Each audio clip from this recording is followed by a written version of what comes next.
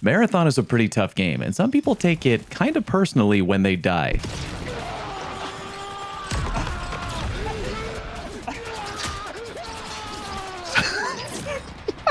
So today we're going to go over 19 tips and tricks to help you improve and master the game a little bit more. Number 1, UESC shields have a weak spot. You know those big chonky UESC robots who carry shields and are really annoying to kill? Turns out their big shields have a vulnerable point, which is right here, that little hole in the shield that they shoot out of. Check it out. If I shoot that bot directly in the middle of their shield, it takes me about 8 shots to completely break the shield altogether. Now, if we try it again, but shooting the hole in their shield that they shoot out of, after only 4 shots, the shield breaks and the bot is temporarily stunned, allowing me to put him down way faster. Number 2, put claymores on the thief's drone. I'm extremely convinced this will eventually get patched, but for the time being, it is a damned effective tactic. If you have a thief on the team with their prime ability fully charged, they can activate their drone and then fly it low to the ground. They can then hit the button to briefly exit their drone and place 1 or 2 claymores on top of the drone itself. And remember to hold the claymore button down to make sure you don't F up the placement. When the drone is claymored up, the thief player can re-enter drone mode, fly it to where they know are nearby enemies, and bam!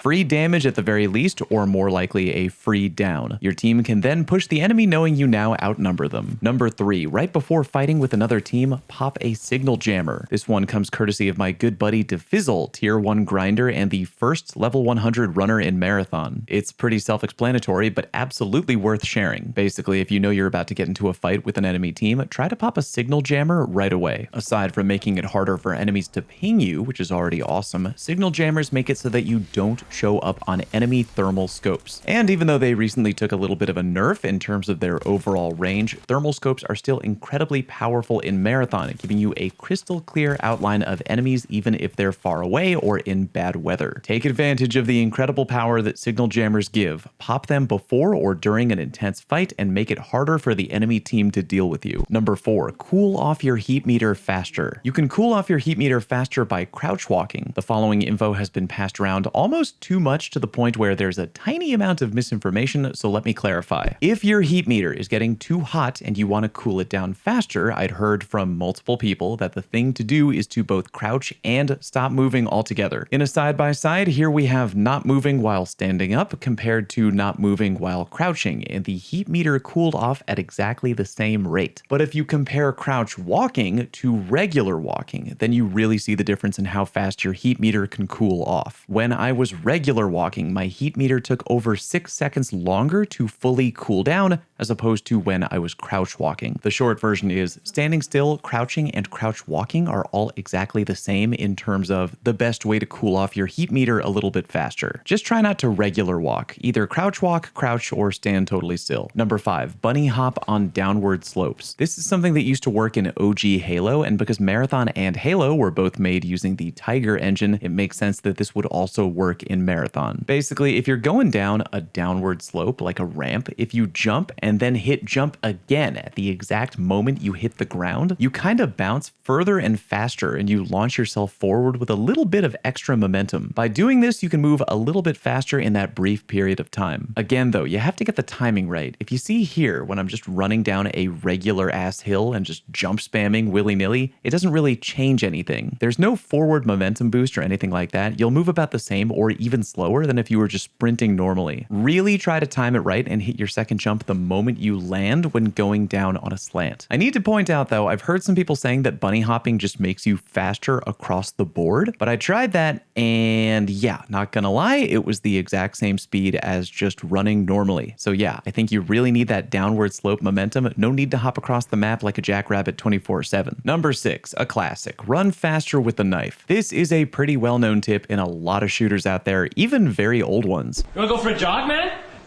We can go for a jog. Okay, but what are you doing with a knife? What do you mean?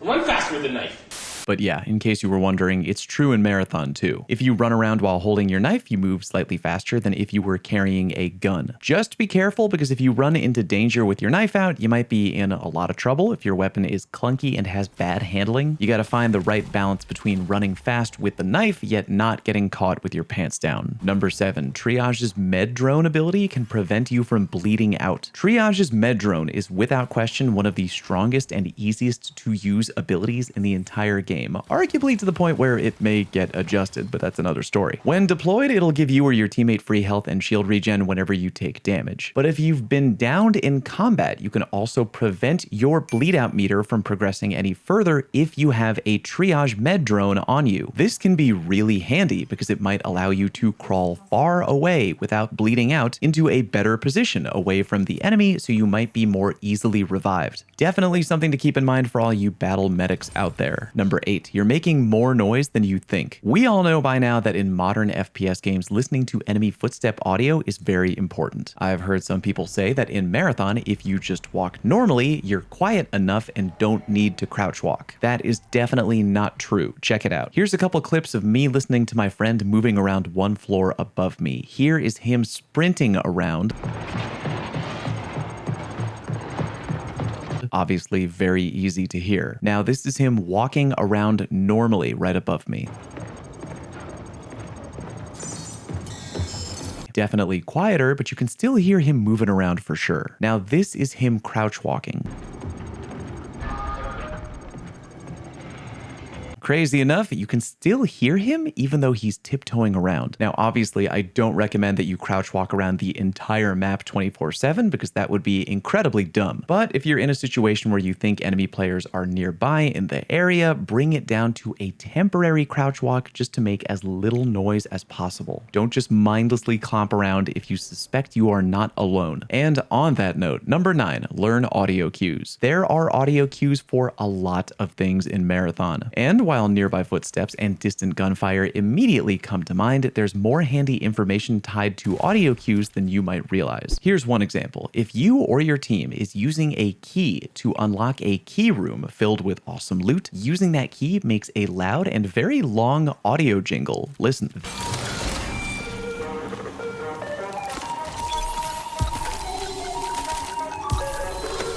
That little jingle can actually be heard by nearby enemies, even through walls and partially across the map, just like nearby enemy gunfire. Meaning, if you and your team ever hear that noise out in the wild, definitely go investigate, because you might be about to go rob some people of some really good loot. But more importantly, try to remember as many unique sound cues in-game as you can. It'll only improve your understanding of what's going on. And enemy abilities make noise too. Here's me as a rook trying to creep up on an enemy team that I know is around, but they haven't seen me yet. Then I hear the following sound.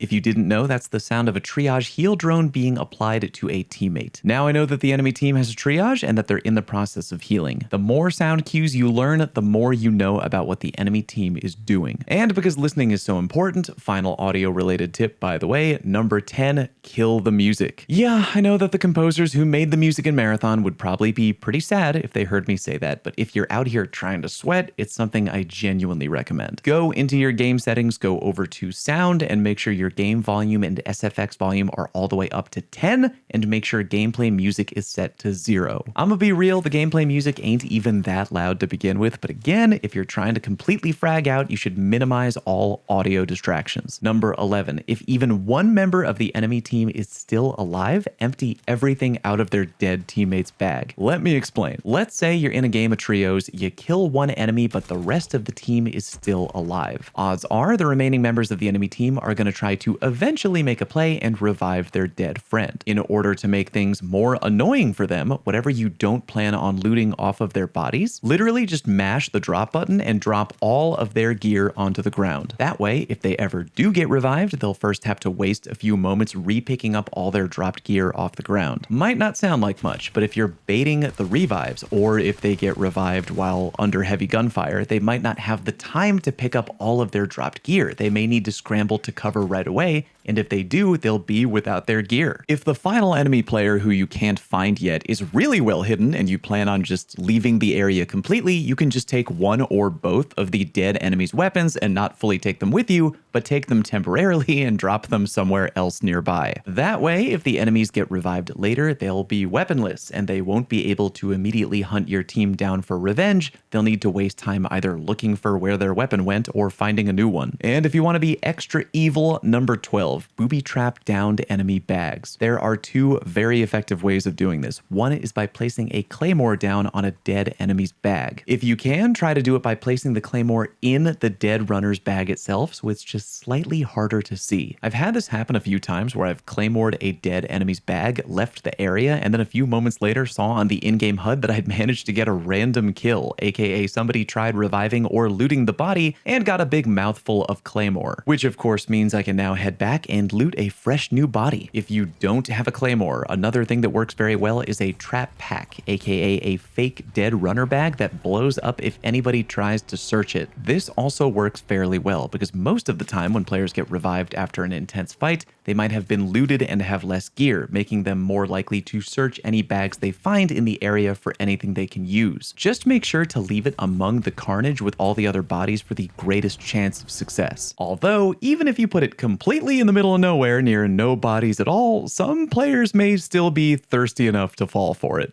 What the hell? Oh, dude, that's a trap! God damn it! And on the subject of claymores, number 13, use claymores better. A lot of the time, I'll see an enemy claymore like this, right out in the open as plain as day. And yeah, some people might be super head empty thinking about how shitty 2026 is so far, and then they just walk into this video game equivalent of a box trap. Or you could put down better claymores. Check it out right now. Can you tell there's a claymore booby trapping that ladder up ahead? Some eagle-eyed players might definitely see it there, but it's way more hidden than it was before, out of the way on a wall. Remember, when placing claymores, if you hold down the equipment button, you can see a little red outline of where exactly the claymore is going to go when deployed. Number 14, let the recon finish enemies unless it's an emergency. Just a friendly reminder that if you have a recon shell on your team, try to let them finish downed enemies if you can. If you haven't played much recon, you should know that when a recon finishes a downed enemy with the finisher animation, it'll automatically ping any nearby enemies that are still alive. This can be an absolute lifesaver and prevent lingering enemies on the other team from sneaking up on you on the tail end of a firefight. Of course, if you're in the middle of a really intense fight and the downed enemy is either very far away or at risk of crawling away behind cover,